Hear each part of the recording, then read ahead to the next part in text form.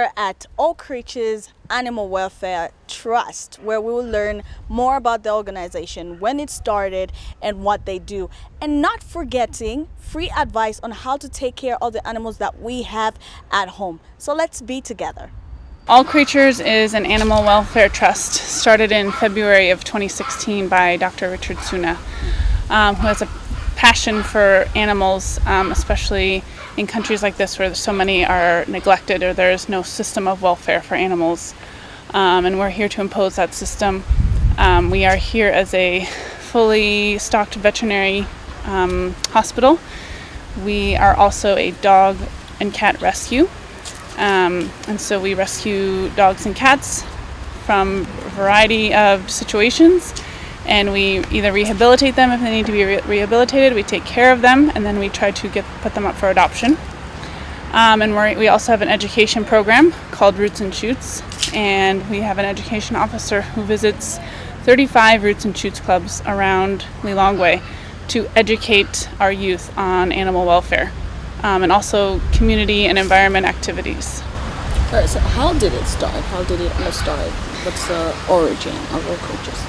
So in February of 2016, Dr. Suna just had an idea that we needed to expand animal welfare in this country because it was almost non-existent. So he also wanted it to encompass, as the name says, all creatures, not just dogs. Malawi has a large livestock population. He wanted to help farmers. He wanted to help with the donkey situation. There's lots of a variety of problems I can go into, but he wanted it to encompass more than just dogs. So that's how it started. And we also saw this need for taking care of neglected, abused, injured, sick dogs. And so that's why we ended up starting a rescue. So we took in the dogs, and if they needed medical care, that's why we have veterinary on staff 24/7 here. So that was the main purpose. All right. In Malawi, we have a problem of stray dogs roaming the streets. What is All Creatures doing, or what are you planning to do to reduce the number of dogs in the streets, and also to help stop the situation? Yeah, so All Creatures has that large education component, right? And we do clinics out in the low-income areas, sometimes twice a year, and we provide free spay and neuter services. Spay and neuter is when you desex your dog through a surgical procedure. And we offer these services for them for free. And we also have a satellite clinic out in Chinsapo right now, where we're offering these surgeries and other treatments for a very, very reduced price for Chinsapo residents. But All Creatures, like I said, we have a veterinary clinic, so we really encourage people to come in and spay and neuter their pets. That's the biggest issue that we have in Malawi, is that people do not sterilize their animals. So there's a lot of mating, a lot of puppies being born that are not properly cared for. But the number one message, I think, is that dogs are the community's responsibility. We can't put those in the hands of as if it's the dog's problem. The dogs didn't create this problem for themselves. It's the community's problem. So the community needs to take care of it by taking responsibility for their own dogs. They are pets. Whether you're using them as companions or security, they are your responsibility. They should be spayed or neutered. They should be properly fed and watered. The dog should not ever have to leave your compound to find a mate, to find food and water. You need to be providing all of those things for your dog, and it will start to decrease the population. It's proven. There's statistics that prove it. There's this organization called Humane Society International. They work all over the world encouraging these programs. They do not at all promote the shooting of dogs. I know that's a thing in Malawi. We work with the Mzuzu Agricultural Department and their ministry to stop them from the dog shooting program, and we instead did a free spay and neuter clinic for Chinsapo in Mzuzu for for a variety of areas around Mzuzu City. So we are there to offer these services, but it's also about educating. And so whenever we do these clinics, whenever we go out to the communities and do these free clinics, we always have an education component. We rent out either a school hall or some sort of space, and we encourage all children to come.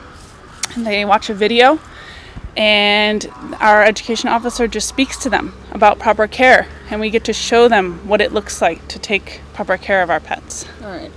So how can you say about the progress in educating people on how to take care of their pets, and trying to reduce the number of dogs being shot, putting the act to a stop? How is the progress like?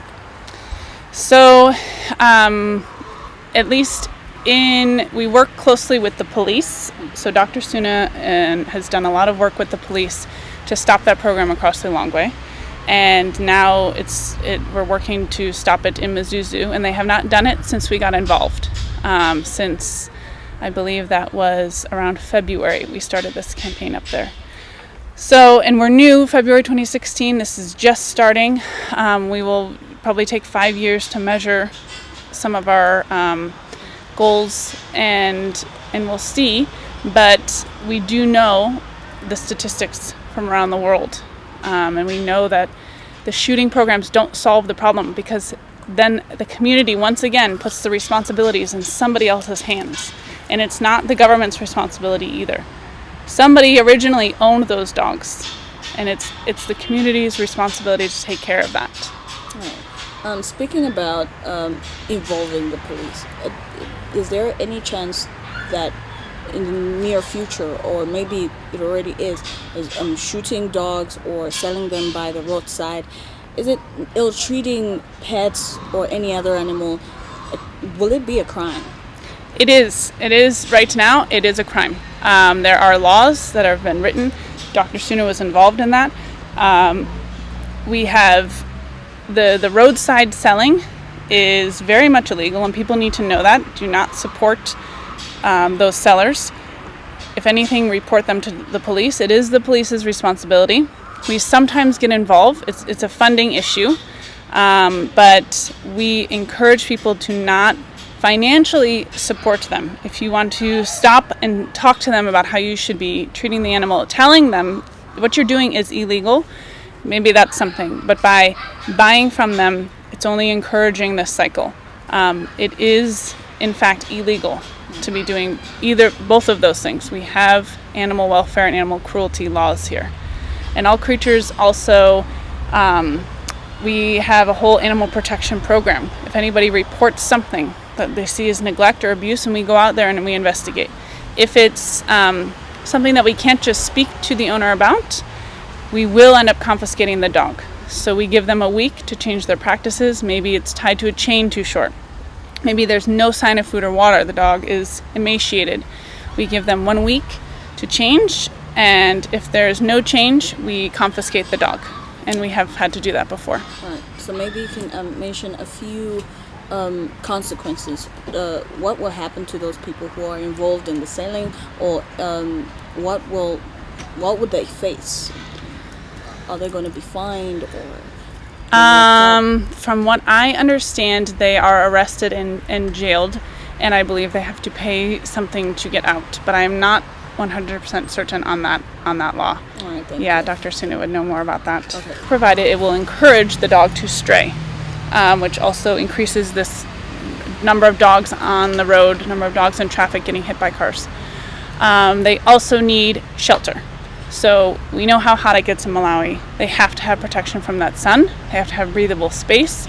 This kennel, maybe you'll see we can offer advice on how to build them, how to construct proper kennels. So they have to have shelter. They have to have access to medical treatment. So which means we are here to provide that. So we are also supporting that freedom.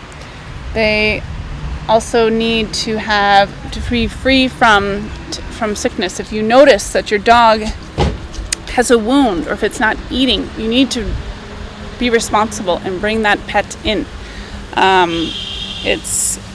you can't just assume that it's going to fix itself or that the dog will just let it die, because that's inhumane treatment of animals. So all of these things, when we're talking about the freedoms of animals, we're here to support that. And again, I can't encourage enough the spaying and neutering of animals. It will drastically reduce the number of stray dogs and street dogs. It will reduce the number of diseases spread, because there won't be so many dogs and the dogs will stop roaming. It will reduce the number of dogs you see walking on the side of the road. It will reduce the traffic accidents. So much can be reduced. That's the number one thing I can suggest. Spaying and neutering.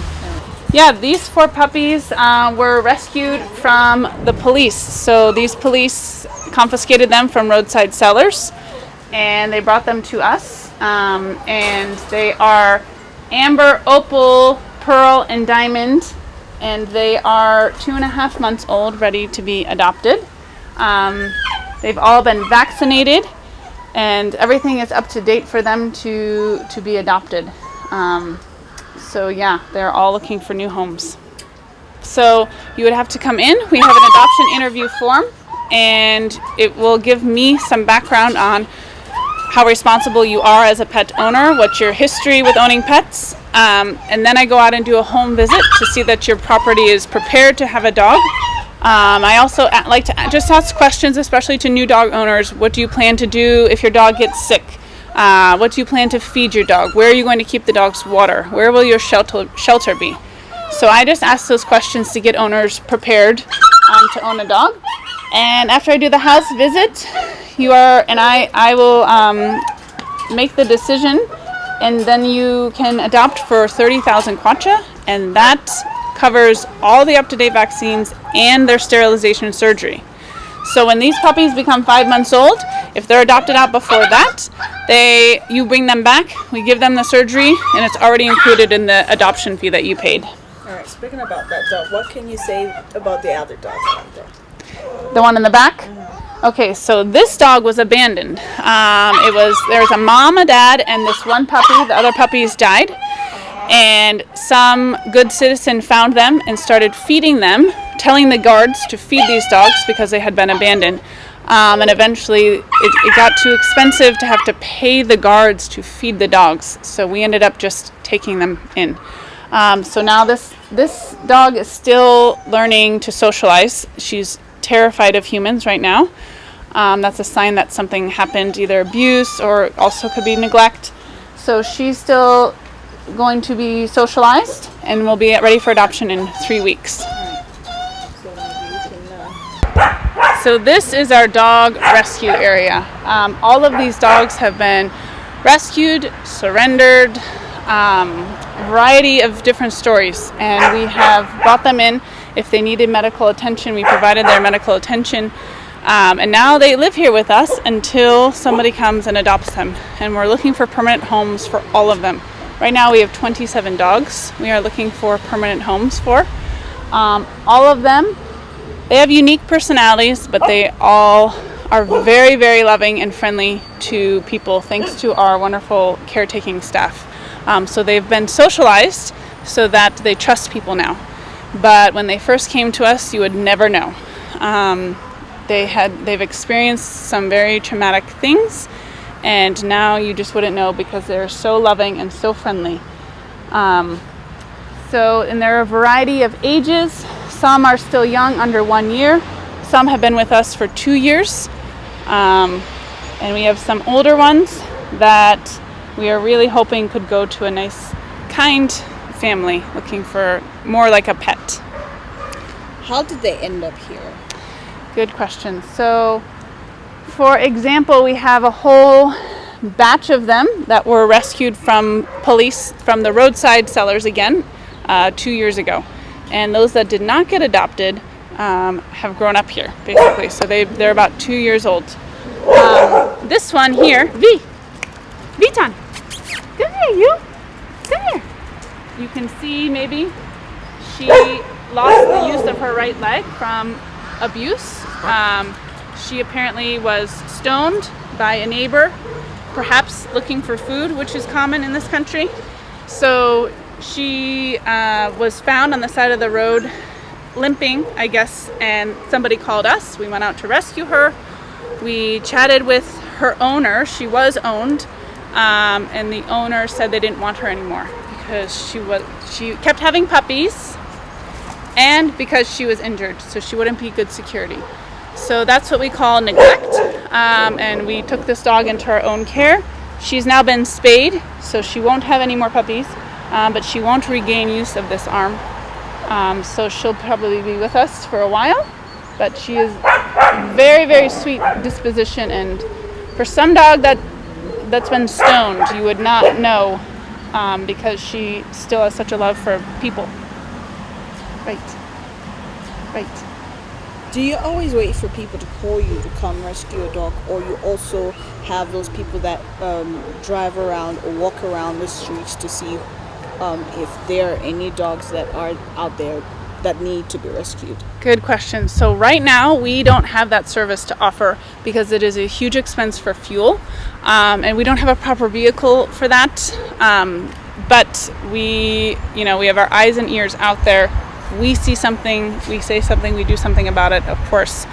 But we usually wait for calls. That's something that we would love to have in the future because I know, like in the country where I come from, in the U.S., we have those services, patrols looking for that.